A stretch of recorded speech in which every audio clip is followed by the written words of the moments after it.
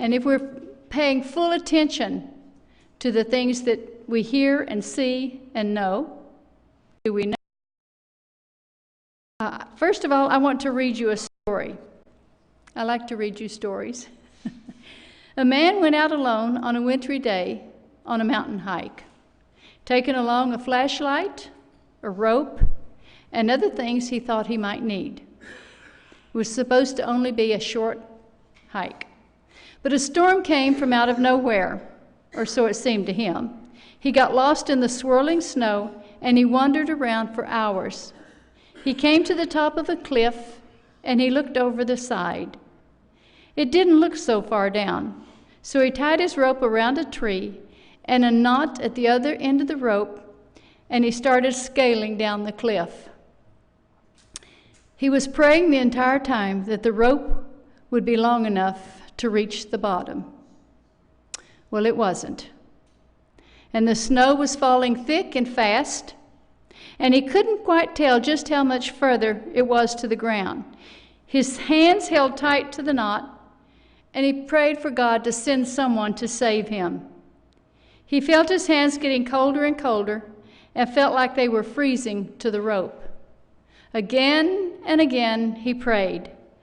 Then he heard the voice say, "Let go of the rope." Now, how many of you ever heard a voice you thought was God's? Yeah, several of you. I know I have when I was climbing up on this rock, and I think I told you about it. When the voice said, "Get down off the rock," and I got down. But anyway, but he was afraid to let go, and he hung on tighter, praying over and over, "God, save me. God, send someone. Please save me." And again he heard the voice, "Let go of the rope." But he just couldn't trust enough to let go of the rope. So he hung on. His faith was not strong enough to turn loose of that rope. A search party had been out all night looking for him, and they found him in the early morning hours. He was dead. He was frozen.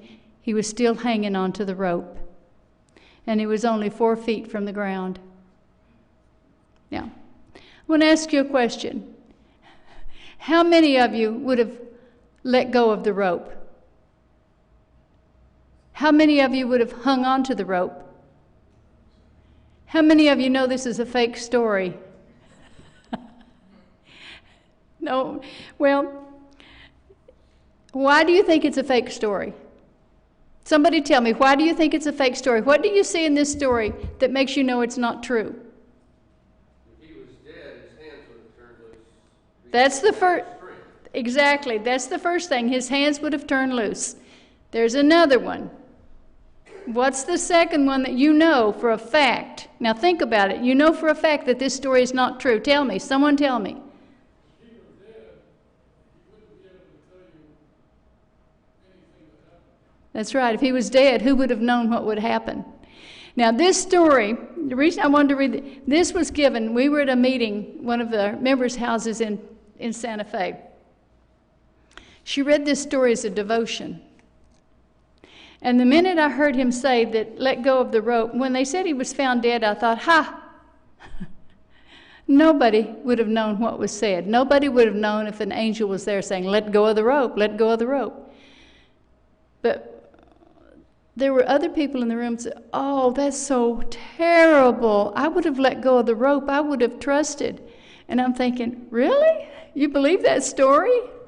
But you know, there's so much that comes across the internet, is there not? So much comes across on Facebook, all these things that you see.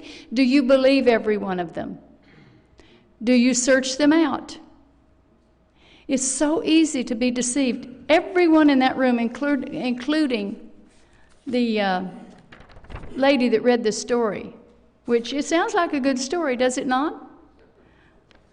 But they all believed it. And I'm thinking, you know, you have to start thinking. When you read something, you have to check it out. You've got to know, is this true or is this not true? Especially when it pertains to your eternal life. Because if you don't check things out and you believe everything that comes across the internet, and you're not in the habit of checking things out, then you may very well be one of those that is deceived at the end. You know, you turn on the television or the radio. I guess the radio is only when you're driving anymore, and you turn it on for music. We get most of our news from the television, and you turn it on, and they're talking so fast because they've got just a little bit of time to tell all the news, and they want to get in all their personal stuff too. But they tell it so fast that you don't have time to contemplate it. You hear it, you believe it, you go to the next story, you hear it, and you believe it. But lots of times, just because you hear it from a reliable source doesn't make it true. The world is in chaos, and everything you see and hear, most of the time, is twisted to reflect the person that's telling it. Now, it may seem tedious to you to research everything, but when it comes to your eternal life, I think you should research it, and I think you should be in the habit. If something comes across Facebook or through some social media, you should never share it unless you know for a fact it's true, because there could be so many misleading statements. Our country is torn apart because there's so much fake news out there. Absolutely, we are split. Democrats against the Republicans. I don't care whether you're a Democrat or whether you're Republican. They are against each other. And as Adventists, as Christians, we should all be working together. It doesn't matter who the president or who isn't the president. We should be loving and kind and working together. And never, never, never repeat something unless you have checked it out and made sure it is true. Because Jesus says, this is Jesus saying it, it comes from the Bible, so it's got to be true, right? Matthew 24:24 says, "For there shall arise false Christs and false prophets, and shall show great signs and wonders, insomuch that if it were possible, they shall deceive the very elect." Now, I'm sure that there's a lot of truth mixed with error. I think that's Satan's specialty, or to mix error with truth. But whatever it is, it's mixed together, and I'm sure that's Satan's specialty. But how do we tell the difference? How do we tell the difference? Isaiah, "To the law and to the testimony, if they speak not according to this word, it is because there is no light in them." Check it out. No matter what it is, check it out. Make sure that you know the truth. And we are nearing the end of our journey on this earth. How many believe that we're ending the world is chaotic. I mean, it is storm after. I could speak for hours on what's happening to this world because I research it all the time. I have a research file this long or longer, and things that I have saved. And then I'm reading this book, and it's like, yeah, it's a good thing God's going to cut it short, or there wouldn't be anybody left on this earth. 1 Peter 5:8, this is what the pastor said last Sabbath, "Be sober, be vigilant." No, this is not what he said. "Be sober, be vigilant, because your adversary, the devil, is as a roaring lion, walking about, seeking whom he may devour." Satan is not being idle. If he sees that we don't check things out and we believe everything, it's going to be easy for him to deceive us. I know for me, I don't care what the cost of time is. I want to make sure that everything I hear and see is the absolute truth. It's the truth. It's the absolute truth. I want to make a habit of checking things out. I know when I first became an Adventist, I was in my early 20s. So I went to the Adventist church. My mother went with me, but the rest of my family is like, oh, I don't know, that's some kind of cult. My coworkers called me a Jew, and my friends told me I was crazy. So I went anyway, because I believed that the seventh day was the Sabbath, and I'd believed it from the time I was a child, although I never told anybody. So anyway, I wanted to make sure that this church was absolutely telling the truth. So for months, every time I went, I wrote down everything that was said. I wrote down the scriptures, and then I went home and I researched it for myself for nearly a year before I joined the church. I wanted to make sure that it was absolutely correct.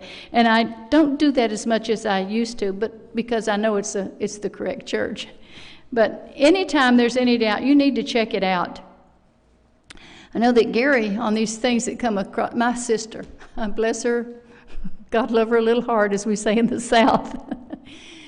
She would, whatever she found on Facebook, she would post it. So Gary would go in and he would check it out on, do you call it Snoops or Snopes? Snopes? He went in and check it out, and then he said, Linda, this is a hoax. And he did it so much she quit sharing anything because everything she shared was a hoax. And I told her, you have to check it out. And you know,